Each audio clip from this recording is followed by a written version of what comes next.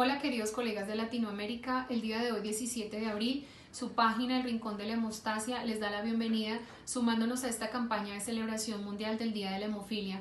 Es una fecha que celebramos históricamente desde 1989 como una proclamación de la Federación Mundial de Hemofilia en torno a una fecha seleccionada gracias al nacimiento de su fundador Frank Schnabel.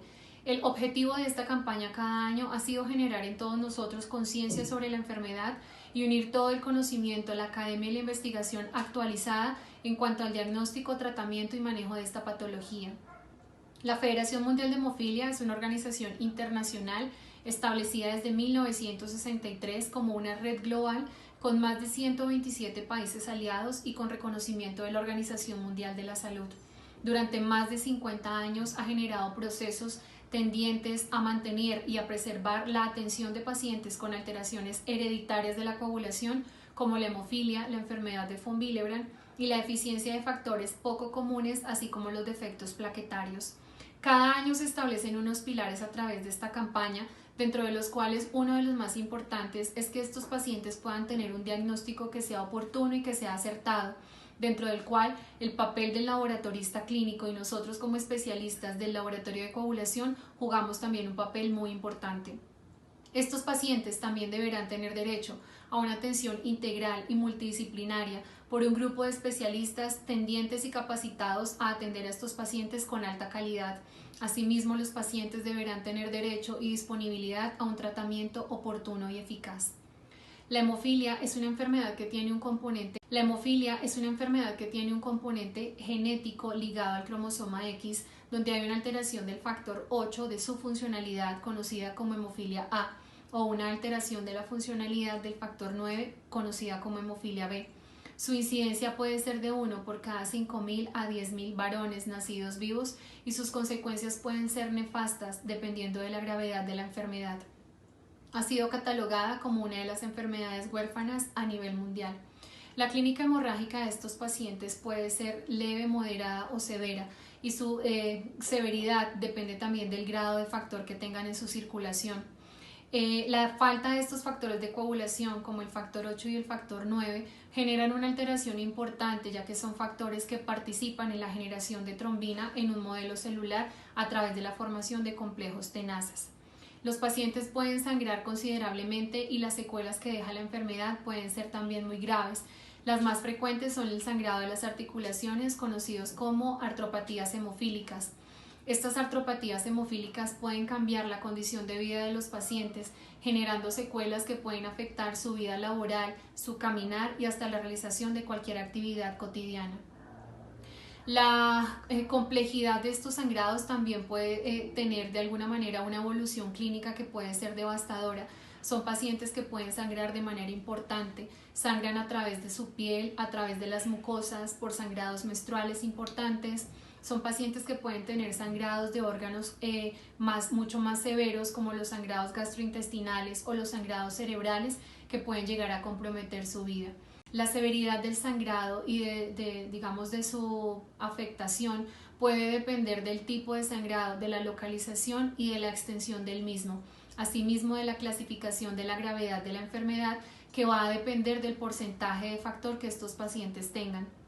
Las enfermedades leves están clasificadas con un porcentaje de factor de 5 a 40%. Las enfermedades moderadas están clasificadas del 1 al 5% y las enfermedades severas están por debajo del 1% del factor circulante.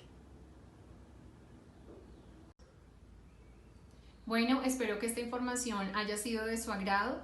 Los dejamos para que consulten en nuestra página todas las publicaciones que estamos haciendo en honor a la página oficial de la Federación Mundial de Hemofilia y otras publicaciones de colegas que también hacen conmemoración a esta fecha especial. El día sábado publicaremos con la química Brenda unos artículos que hemos escrito y preparado especialmente para ustedes. Les mando un enorme abrazo y con mucho gusto los saludo desde Colombia. Día Mundial de la Hemofilia, Brenda. Un punto importante a considerar. Campanas al vuelo cuando Frank Schnabel determinó este Día Mundial. ¿Será por su nacimiento? ¿Será porque realmente no estamos estadísticamente tan importantes involucrados en la enfermedad? Pero tener un día significa mucho algo, como el Día Mundial de la Trombosis. ¿Tú qué opinas, Brenda? día que no debe de pasarse por alto. Tenemos que hacer un poquito de pausa a las situaciones que están sucediendo alrededor hoy en nuestros días y saber que, bueno, pues tenemos un día dedicado a las coagulopatías hemorrágicas y la hemofilia no es la excepción. Como sabemos, el 17 de abril es un día especial que se conmemora o se celebra el Día Mundial de la Hemofilia para hacer un poco de conciencia en todas las personas que padecen este tipo de enfermedad. También de reunir a todos los investigadores, a los clínicos que puedan dar puntos de vista y aportar más a la investigación de esta coagulopatía tan importante. ¿Tú crees que desde el fundador del Día Mundial de la Hemofilia en su nacimiento, él pensaba que en la actualidad las cosas iban a cambiar y que la mortalidad de esta enfermedad, de esta coagulopatía hemorrágica, iba a mejorar muchísimo por el gran conocimiento de la investigación y que todavía falta mucho más por investigar, Brenda? Pues yo creo que en ese momento que se genera esta parte para poder hacer conciencia, no hay como esa información, como tú lo comentas, tan relevante. Yo creo que ahora tenemos muchas oportunidades para poder saber que la mortalidad se ha reducido en este tipo de pacientes por todos los conocimientos que se han generado y también por la investigación que se ha hecho desde este punto. El Rincón de la Hemostasia, esta parte tan importante de información que se tiene y que quiere ser parte de ese granito de arena para recordar este día tan importante de la hemofilia, ¿consideras que la gran comunidad que está involucrada en todo esto de la coagulopatía hemorrágica debería de ensalzar, a pesar de esta pandemia del COVID-19, algo tan importante como el Día Mundial de la Hemofilia?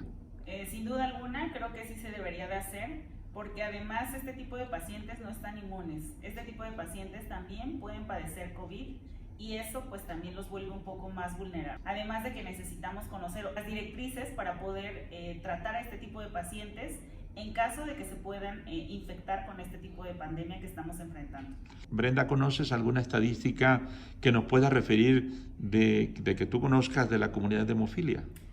Bueno, pues hay diferentes estadísticas que nos hablan de cuántos pacientes tenemos en México, alrededor de 5,000 a 7,000 pacientes con este padecimiento entre hemofilia A y hemofilia B. Y bueno, que es muy importante conocer qué tipo de directrices están saliendo actualmente para conjuntar este conocimiento entre el COVID y pacientes con hemofilia. ¿Y es frecuente más en varones que en mujeres la hemofilia? Es más frecuente la hemofilia en varones porque está ligada al sexo. Entonces esto hace más predisponente a los hombres a que puedan padecer hemofilia. Sin embargo, las mujeres somos portadoras de este padecimiento y podemos pues dar a luz hombres que tengan la enfermedad. O sea, hay una relación con algún cromosoma que es importante también recordarlo. Y Brenda, yo creo que la Organización Mundial de Hemofilia ha advertido alrededor de esta pandemia porque los pacientes con hemofilia no están exentos. Se han hecho algunas anotaciones, revisiones, publicaciones, comunicados de prensa para la comunidad con hemofilia y sobre todo ensalzando este día 17, que es el día que se ha etiquetado como el Día Mundial de la Hemofilia. Hemos visto que la Federación dice que deben de tomarse las mismas medidas aquel paciente que tiene la posibilidad de adquirir el COVID-19, así como en la población general. Bueno, este es un punto muy importante porque, bueno, sabemos que las personas con hemofilia, mientras están bien con su tratamiento, con el medicamento que se puedan estar administrando, pueden alcanzar niveles óptimos del factor 8, del factor 9 según esté deficiente, y esto puede generar que el paciente haga su vida completamente normal. Sin embargo, bueno, pues esto, como ya hablábamos en un inicio, no los exenta de poder padecer COVID. Entonces, esto genera que los pacientes con hemofilia tengan que seguir las mismas recomendaciones que la población en general, y me podría atrever un poco a decir que pudiesen exagerar un poco más en las recomendaciones, puesto que tienen un antecedente hemorrágico de fondo. El uso del paracetamol, Brenda, la Federación dice que se tiene que aplicar igual que a la población general, ¿o consideras que debe ser diferente? Bueno, pues este tipo de tratamiento en los pacientes con hemofilia está recomendado por la Federación Mundial de Hemofilia para que se pueda administrar en este tipo de pacientes por no tener una interacción directa con la agregación plaquetaria. O sea que el ibuprofeno y algunos antiinflamatorios no esteroideos que actúan en la vía del ácido araquidónico deberían detenerse con mucha precaución o tratar de evitarlos en estos pacientes para evitar un riesgo de sangrado si se presentara. Claro, porque bueno, como tenemos presente, este tipo de pacientes tienen una coagulopatía hemorrágica de fondo. Entonces habría que tratar de evitar que los pacientes tomen este tipo de tratamiento para no desencadenar otro tipo de hemorragia pues que pueda agravar más su coagulopatía de fondo. Un punto importante que nosotros tenemos que tener en consideración, porque un marcador de laboratorio es el TTPA alargado y que puede corregirse ante la presencia de un inhibidor. Pero en pacientes con COVID, algunas alteraciones a la coagulación pueden presentarse y esto ser una situación muy importante a considerar. No podemos nosotros dejar de pasar este tipo de situación de laboratorio en un paciente con hemofilia y COVID que podría complicarse y podríamos no tomarlo tan en cuenta en un momento dado. ¿O consideras que sí vale mucho la pena estar pendiente de él? Yo creo que la parte de la experiencia clínica que está dejando esta parte del COVID con los pacientes con hemofilia es muy limitada todavía. No hay tanto población de pacientes con hemofilia que se hayan descrito en este tipo de padecimientos. Sin embargo, con los que se puedan contar, habría que estar muy al pendiente de los datos del laboratorio. Como sabemos, los pacientes con hemofilia van a presentar TTPAs más prolongados que la población en general. Esto no podría ser un dato referente como para tratar al paciente. Tendríamos que seguir pues los parámetros de laboratorio más de la mano para saber cómo se están comportando en este tipo de pacientes. Sobre todo, saber si el paciente tiene algún inhibidor y bueno, cuando ya se conocen las concentraciones del inhibidor, podríamos también ajustar un poco el tratamiento y la anticoagulación también es muy importante porque en este tipo de pacientes que se les puede dar quizá enoxaparinas o alguna heparina de bajo peso molecular, si lo estamos tratando con el TTPA, pues aquí también va a haber una confusión, puesto que el TTPA se va a alargar en este tipo de pacientes de manera normal. Una cuestión muy importante que se vierte con todo esto es que muchos pacientes con hemofilia a veces acuden al hospital, acuden al médico, van a tener más contacto. Se les ha recomendado que este tipo lo hagan más por teléfono y algunas comunidades internacionales y sociedades que están en relación con la hemofilia han tratado de abrir teléfonos, páginas para que el paciente con hemofilia no se acerque y haya, por supuesto, ese tipo de higiene que se está tratando que en COVID no propague la enfermedad. Esto es una cuestión muy importante, Brenda. Claro, digo, como todo grupo de pacientes que tienen una patología de fondo, es muy importante que el paciente pueda esperar desde su domicilio para poder hacer los trámites médicos y bueno, pues quizá estar más en contacto vía telefónica con su médico. Esto para evitar la exposición del paciente. Como sabemos, bueno, pues el paciente tiene que tener más restricción y el hecho de trasladarse a un hospital pues lo está generando que tenga un riesgo más de exposición. Entonces sí vale la pena que el paciente permanezca en casa y quizá ya él ir detectando cuando tenga alguna sintomatología o que siga su tratamiento para evitar un sangrado pues excesivo. Aunque solamente son algunas cuestiones observacionales y no hemos tenido referencia de pacientes con hemofilia y COVID con problemas de neumonía o con daño pulmonar agudo, donde la hemorragia pulmonar va a ser una complicación importante, si por alguna situación en un centro hospitalario se atendiera a pacientes con hemofilia, ¿tú recomendarías que el banco de sangre estuviera alertado para tener más cantidad de factor 8, que la comunidad de hematología estuviera muy pendiente de estos pacientes, sobre todo para evitar esta complicación tan importante y donde se ha comentado por la federación que siempre hay que mantener un poco de niveles más altos de este factor como si tuviera un paciente con hemofilia con traumatismo? Por supuesto, digo, sabemos que los pacientes con hemofilia los tenemos como bien identificados, sabemos cuáles son los pacientes que ya tienen este tipo de trastorno y entonces podemos como darle seguimiento. Entonces ya cuando hay un paciente que llega con esta sintomatología, el banco de sangre indudablemente debe de estar pues dispuesto, debe de estar listo para este tipo de tratamiento secundario al paciente en caso de tener una complicación como la que estás mencionando, pero sí es muy importante darle vigilancia tanto del laboratorio como de la parte clínica, porque sabemos que estos pacientes pueden pasar de un estado hemorrágico a un estado trombótico de manera muy rápida y entonces sí hay que estar con ellos en mucha vigilancia.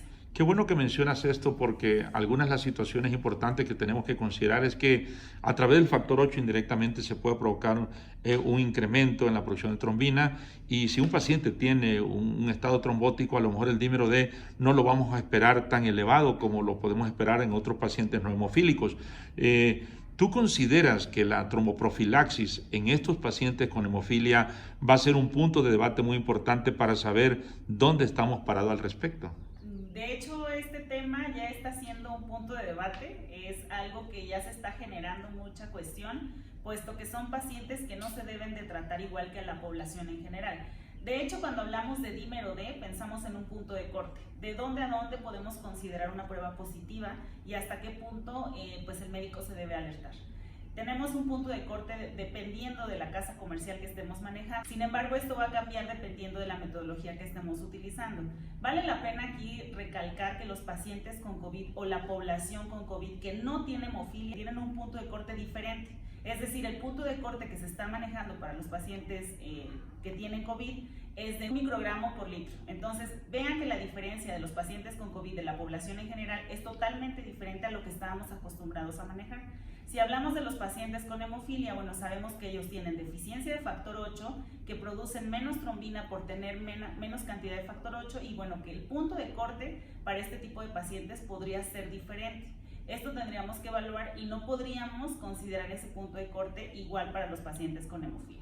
Y esto es muy interesante y muy importante porque yo creo que desde el nacimiento de Frank Schanobel para tratar de terminar el Día Mundial de la Hemofilia, este día 17, un punto tan interesante como esto, porque posiblemente el alargamiento de la vida de los pacientes con hemofilia ha hecho que muchos tengan edades mayores, que conlleven ciertas ya morbilidades implicadas en el COVID y que hay que tener mucho en consideración. Y a mí me queda mucho hablando un poquito de anticoagulación y que es un tema de debate tan importante en los pacientes con hemofilia, que aquellos pacientes que tengan hemofilia, que tengan una fibrilación auricular, que están tomando anticoagulantes, sobre todo fibrilación auricular no valvular, que puedan estar tomando antagonistas vitamina K, o algunos anticoagulantes directos, ¿qué de impacto? Porque no estamos conociendo mucho al respecto si se relaciona con COVID. ¿Tú crees que sí valdrá la pena hacer un seguimiento tan estricto de esto para ver qué vamos a ajustar? Porque estos pacientes nos dejan de estar también expuestos al COVID-19, a este tipo de morbilidades y posiblemente no tengamos una referencia aún todavía de qué vamos a hacer con ellos porque no hay ensayos clínicos. ¿Qué opinas, Brenda? No, indudablemente creo que es un terreno en el cual tenemos todos que trabajar en esto, porque bueno, pues aquí como en cualquier tipo de población hay mucha enseñanza y sobre todo este tipo de pacientes que ya tienen un factor de riesgo cardiovascular, que además, bueno, pues están anticoagulados y tienen hemofilia, hay que estar muy pendientes de cuál es el seguimiento, cuál es el ajuste, porque bueno, esos pacientes pueden pasar de un estado a otro de manera muy rápida y esto puede condicionarles la vida. Entonces, si a esto le agregamos que el paciente puede ser infectado de COVID y que va a estar aislado en un hospital, en un centro donde puede generar otro tipo de situaciones clínicas, pues va a complicar más su calidad de vida. Entonces yo creo que aquí hay un terreno por estudiar, por explorar y que creo que nos va a dejar mucha enseñanza, además de que pues todos los profesionales implicados, el hematólogo, el cardiólogo, el neumólogo,